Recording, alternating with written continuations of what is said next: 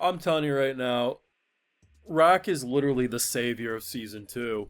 I mean, don't get it twisted, Kun has definitely been doing some heavy lifting in Core 2 to escalate the quality massively. But in Rack Do We Trust, seeing my boy Rack cry tears of joy when he gets reunited with his turtle pal Bam made every bullshit scene in past episodes worth it to see this moment animated. I was happy just seeing his eyes teary-eyed. I was like, you know what, that's emotional, you're gonna make me tear up from that. And to see him jump into his arms, so happy. This was they actually had a really good fight this episode between Ren and Anak, and I don't even care about that anymore. Let's just talk about my Gator pal. And it's the fact that he's in this little chibi form right now.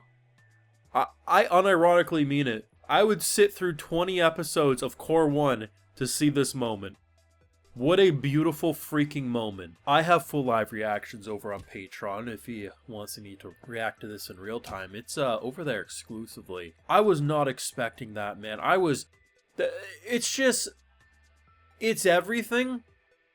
And I actually do think keeping our boy away for so long was the right move.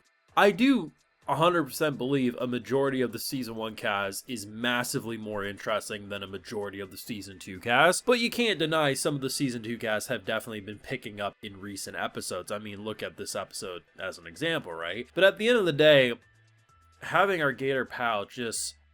I didn't know what he was going to do. I figured he was going to kill a fool. You know, I'm waiting for him, because here's the thing. You throw goddamn our boy Rack in Kun's situation with Rachel from the beginning, we wouldn't even have a Rachel right now. Like, he would have just bit that bitch's head off. And would have solved everything. So to have him just stumble in, and I'm thinking to myself, okay, like, what's going on? Our girl's trying to argue she's in disguise, and all she has is a damn baseball cap on. And the idea that, you know, I'm like, oh shit, this is going to be interesting, right? Because right now, Bam, aka Viola, pretending to be a different person, right? So the whole idea that I'm literally expecting him to play dumb. Like, that's the direction I think this scene's going to go. And instead, no, it's an immediate, you ain't escaping, boy. He doesn't even give Bam an opportunity to argue he's not Bam. It's just immediately, that's my turtle. And I'm like, I feel like the Grinch who stole Christmas, except my heart just grew 20 sizes this day. Beautiful. Now, this was actually a very good episode, even outside that scene. It's kind of funny, and it's kind of bullshit at the same time how the fight ends with them just...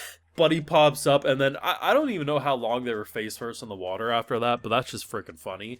So we end up with a very well put together fight. I'm not sure how source readers will feel about the fight in comparison, but as an anime only, I was happy with how it was produced. Buddy pops a goddamn electric pill before the match starts, and, you know, in very anime logic fashion, 5 minutes.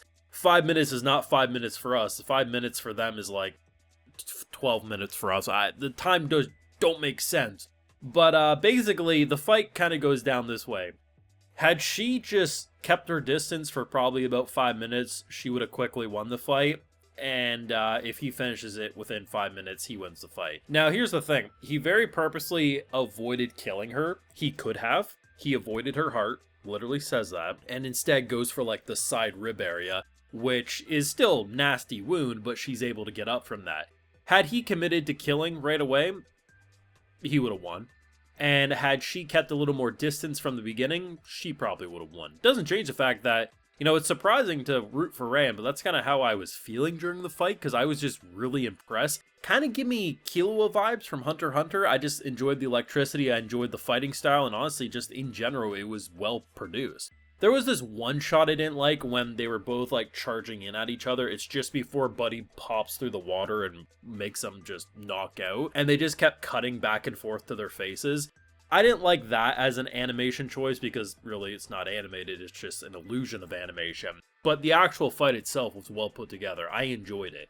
I saw some people last week in my comments saying, man, they really need to nail this. It's one of the better fights in the series. For me personally, this was the best fight I've seen in Season 2.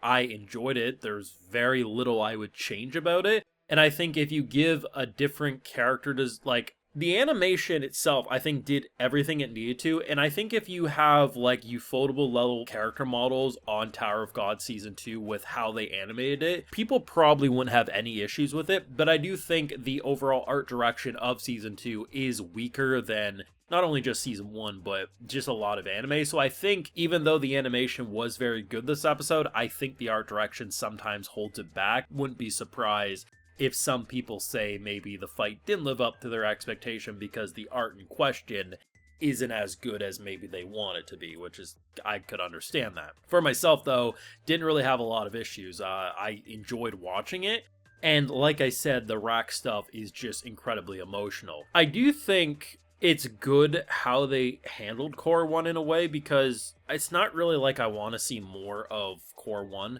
like more fleshed out, because I think a lot of the characters just don't do it for me. So getting into Core 2 and be able to have the returns and then have, you know, some of the more interesting characters that we already like, you know, pick up the slack as other people are slowly developing in the background is more appropriate. But man, it's like seeing that reunion, it's so interesting, because usually in a show like this, they would at least try to pretend like he's not Bam in this situation. He'd be like, I don't know who you are, what are you talking about? But instead, it's just, that's my turtle.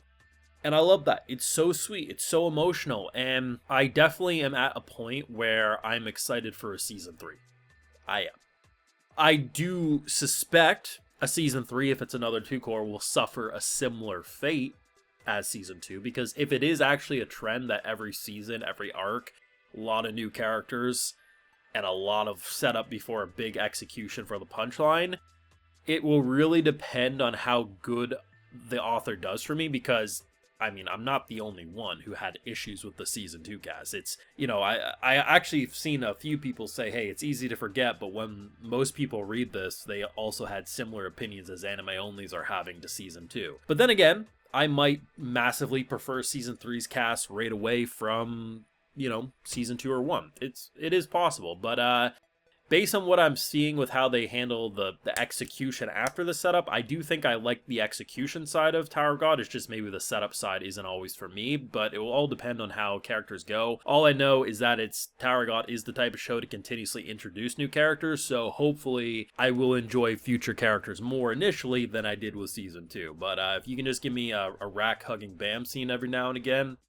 I'll be a happy camper. Let me know your thoughts and feelings, and how emotional did that final scene make you, because it definitely made me a little teary-eyed. Thoughts down below. Leave a like if you enjoyed. Subscribe if you're around here. Of course, ring that bell. And like I mentioned, we got those full live reactions over on Patreon, and hey, while you're over there, I'll also give you a video shout-out. So today I've got Calcoon, FF Fan 2003, Renee Villarreal, CZC, Bill Kanda, Austin Henshaw, Jamie, and we also have Nick Howard. So I appreciate the support, everyone. Please take care, and you all have a good one.